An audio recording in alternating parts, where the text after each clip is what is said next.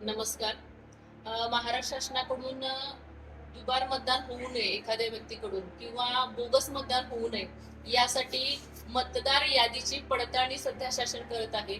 2002 सालची जी मतदार यादी आहे यानुसार 2024 सालची जी मतदार यादी आहे याची तुलना होणार आहे आणि यासाठी आपल्या प्रत्येकाच्या घरामध्ये BLO येणार आहेत. तर त्यांना आपण काय सहकार्य करायचं आहे? 2002च्या मतदार यादीमध्ये तुमचं नाव आहे का? आणि 2024च्या मतदार यादीमध्ये तुमचं नाव आहे का? असेल तर काही प्रश्नच येणार नाही. पण ज्यांचं नाव 2024च्या मतदार यादीमध्ये आहे, पण 2002च्या मतदार यादीमध्ये नाही, त्या नागरिकांनी काय करायचं आहे, तर आपले जे कोणी नातेवाईक असतील त्यांचा त्या मतदार यादीतील अनुक्रमांक घेऊन तुमचं 2024च्या मतदार यादीतील नाव फिक्स होणार आहे. जर तुम्ही BLOंना सहकार्य केलं नाही तर भविष्यामध्ये तुम्हाला मतदान करता येणार नाही.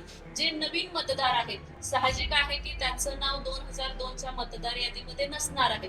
त्यांनी आपल्या नातेवाईकांचं अनुक्रमांक त्यांचं नाव मतदार यादीमध्ये असेल तो घेऊन 2024च्या मतदार यादीमधील तुमचा मतदानाचा जो अनुक्रमांक आहे तो फिक्स होणार आहे. ज्या विवाहित मुली आहेत, नवीन सून आहेत, त्यांनी सुद्धा आपल्या सासरचे जे मंडळी असतील किंवा आई वडिलांच्याकडे त्यांचे मतदार यादीतील नाव असेल तो अनुक्रमांक घेऊन आपलं मतदार यादीतील नाव तुम्ही नक्की करू शकता.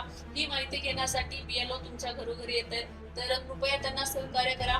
2002 ची आपल्या कुरुंदवाड शहराची मतदार यादी नगरपालिकेमध्ये आहे.